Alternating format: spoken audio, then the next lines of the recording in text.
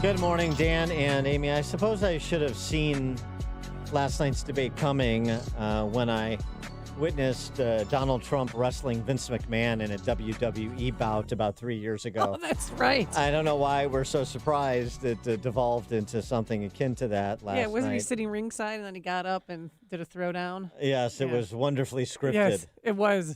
Even Fine better, acting. even better than Joe Biden's answers to the salient questions of the day.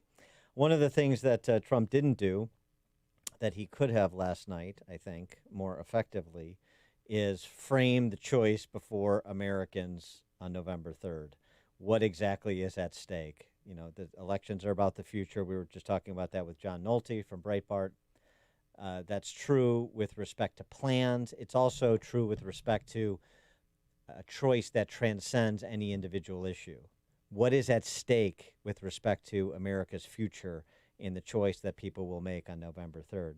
Well, somebody who's done that, again, is Dinesh D'Souza, filmmaker, New York Times bestselling author. His latest documentary, Trump Card, now exclusively available on the Salem Now platform, until October 6th, so right up until vice presidential debate eve.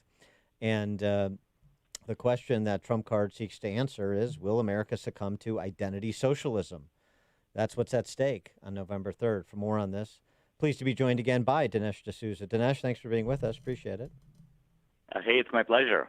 I think there were opportunities for Trump to make the point that your film explores, such as when Chris Wallace asked him very much along the talking points of the left about why he initiated this executive order against racial sensitivity training for federal employees. It's racial sensitivity training. That was really a moment for Trump to say, it's nothing of the sort. There's nothing sensitive about it. In fact, it's actually mean-spirited. It's instruction in hate, and here's why I did it. He didn't lay it out so people can understand just how pernicious identity politics is, or at least understand a little bit more, but you do that in your film.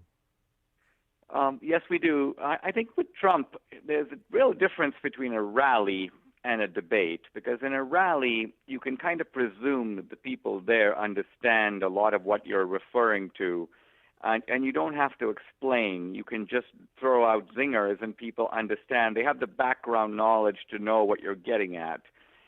In a debate, you're dealing with undecided voters, and you need to explain things. And I think Trump repeatedly didn't do that. A classic example is when he was talking to Biden about the money that Biden's son, Hunter Biden, got from Moscow.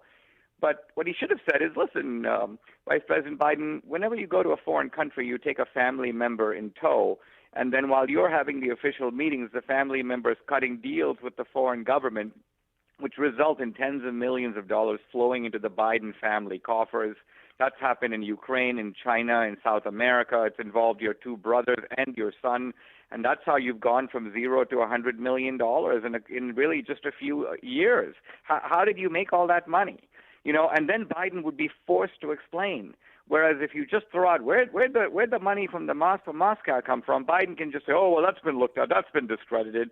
So the thing about Trump is I think he needs to lay the context for what he's saying and explain a little bit more clearly what the issues are and what the scandals are. I completely agree, and let me offer a friendly addendum to what you just said and get your reaction. You lay the predicate so you can close the issue and reframe the choice. So by explaining it, as you said, then you can say, see, America, this is what I'm talking about. This is what I ran against. The political ruling class that enriches themselves on your dime. And this is what we're still running against. So the choice in 2020 is very similar to the choice in 2016. We made a lot of progress against the swamp, drained some of it, but there's a lot more to drain. And so do we go back to installing one of the ruling class toadies of the last 50 years, Joe Biden and Biden Inc., or do we continue on the path that we're on to return your government to you? The Hunter Biden example provides the setup for the choice. Exactly. You know, when you're in a debate, it sometimes helps to hold back and listen, look for an opening, and then throw a punch. Yesterday was kind of a mud fight, and both the guys were throwing punches the whole time. Now, Biden actually was the bigger name caller. He called Trump a clown, a racist, a liar. I mean, I can't think of equivalent epithets that were hurled by Trump at Biden. But what Trump would do is he would he would twist up his face and vigorously shake his head and interrupt. And you don't actually need to do that. You just let the guy go on for a while, pick the weak point that he raises, and then crush it on your own time. So I think in some sense, Trump was a little nervous at the beginning. I think he fell into his stride beforehand. I don't think that, in some ways he's emotionally incapable of holding back. He's a certain type of a guy, and he fights a certain type of a way, and he's going to keep doing that. But I still think that this was a good night for him, but it was not his best night. Well, do you think he'll learn from this, though, and do his homework for the next two debates?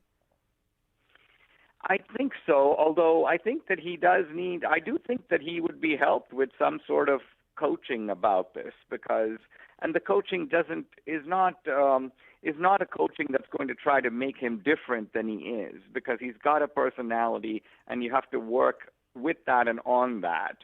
Biden, I think, had a very low bar going into the debate, because people basically thought if this guy can even string two sentences together, he's doing fine. So I think he was able to scale that low bar. But on the other hand, there were also moments of real vulnerability with Antifa, with some of the Biden corruption, with the refusal to condemn, the simple question, hey, why don't you call the mayors and governors of these Democratic states and tell them to launch the National Guard if you claim to be for law and order? And Biden couldn't answer. I mean, that was, I think, quite a crushing moment.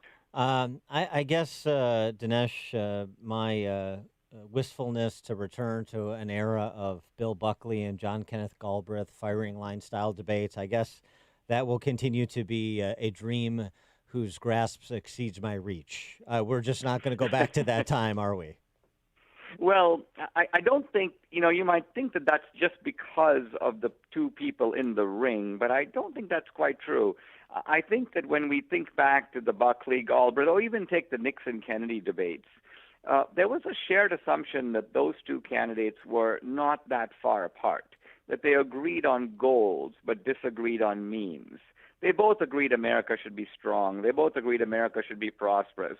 They might disagree about how that prosperity might be shared, but they, in a sense, they were going to the same destination, even though one wanted to go by bus and the other wanted to go by train. I think what's different with our politics now is that we don't agree on goals. They want to go to Chicago and we want to go to Maine. And that means that it's much more difficult to find that common ground that we've always taken for granted exists in American politics. Yeah, that's sort of gets back to your film, and you say about it, the identity and about the individuals you're profiling, the identity socialists seek an overturning of norms, a redefinition of the American dream. Redefinition of the American dream. Expound on that. How do they aim to redefine it? Well, if we think back, to 1980 in the Reagan campaign, Reagan had outlined sort of 5 themes that he believed about America. One was the idea of the individual. The second is the idea of the family. The third was the church. The fourth was the community, the kind of the moral community. And the fifth was the country. Now, let's think about it. The Democratic Party rejects all 5.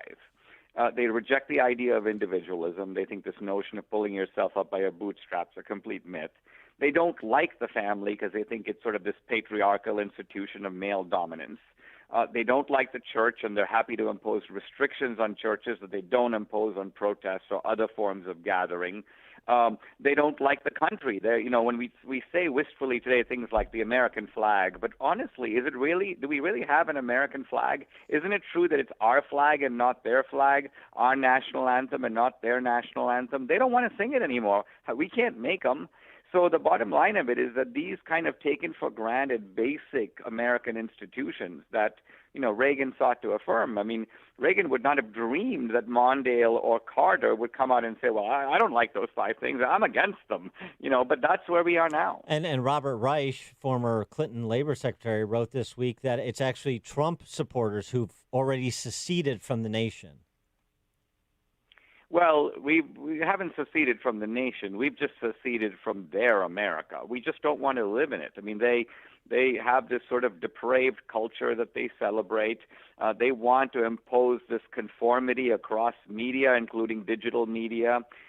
They ultimately, the things that we consider to be good, they consider to be bad. And therefore, and they've used the educational institutions to become instruments of propaganda. So now we have to ask the question, are we safe sending our kids to their schools to be indoctrinated in their values, which actually undermine our values? Do we want to be subsidizing that? These are not really questions we thought about. I mean, I sent my daughter to Dartmouth because I went there. And I thought to myself, wow, there's a great education to be had over there. But once the idea of honest debate is eliminated, all those things go out the window. And thinking about COVID-19, since that was, I think, perhaps maybe the most incoherent episode of the entire debate, going in both directions. And I think that President Trump and the Republicans need to do a better job of undermining the bromides that are issued by the likes of Joe Biden about fix COVID, then we fix the economy. All 200,000 dead Americans are Trump's responsibility, so on and so forth. I would have done things differently, just meaning better somehow, some way, without any explication of exactly what that would have looked like. And the fact that in present day, in real time, Trump is promoting reopenings and in-person instruction, while Joe Biden is still beholden to the lockdown left. This seems to me an issue that maybe conservatives are underestimating in terms of its electoral power. I agree on its importance, and it's one of those issues that touches everybody in quite a direct way. Now, I think the Democrats think it cuts only one way, in the sense that people feel like, wow, Trump is responsible for not doing enough. But I also think that there's a powerful sense push on the other side, which is that, listen, there's only so long you can be locked down without it having very destructive effects on people's lives, on their social lives, on their professional lives, and a powerful desire to prudently but nevertheless vigorously open up the economy. I do think that Trump needs to use the Socratic style more. Things like, okay, Mr. Biden, you claim that you were well aware very early on that this was a serious threat. Can you point to any public statements that you made then calling for actions that differed from what I was doing? Yes. Did you call for a mask requirement? We didn't have enough masks. Did you call for national testing? We didn't have enough tests. What did you say then as opposed to now? It's very easy in that, with hindsight, to say you should have done this, should have done that. But what did you say at the time that alerted the American people to this threat and proposed remedies that were superior to the ones I was actually implementing? And by the way, what did I inherit from your administration in terms of preparedness when it came to personal protective equipment and the like? Yeah, and also I think, in all this stuff, detail is important. So it isn't just a matter that, hey, you and Obama cooked up a scheme from the very beginning to try to keep me out of office, but rather just to nail it down. You guys had a meeting in the White House. Do you think that Clapper and Comey and Brennan and Strzok and all these guys were acting independently to create all this bogus surveillance, framing my senior appointees and so on? No, somebody gave the order. If it wasn't Obama, who was it? Was it you? Yeah. So put the onus directly on these guys and hold them responsible for the things that they did. He did touch on that briefly, but he could have been much stronger on that point last night. Yeah, well, I think that's the thing with Trump, is that he alludes to things and he relies on a one-liner, which assumes a good deal of background knowledge that not everybody has.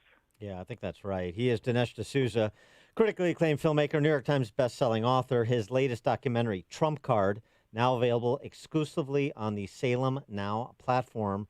And it's only available there until October 6th, so check it out post-haste. Dinesh D'Souza, thanks as always for joining us. Appreciate it. Hey, my pleasure. Thank you. Thank you. And he joined us on our turnkey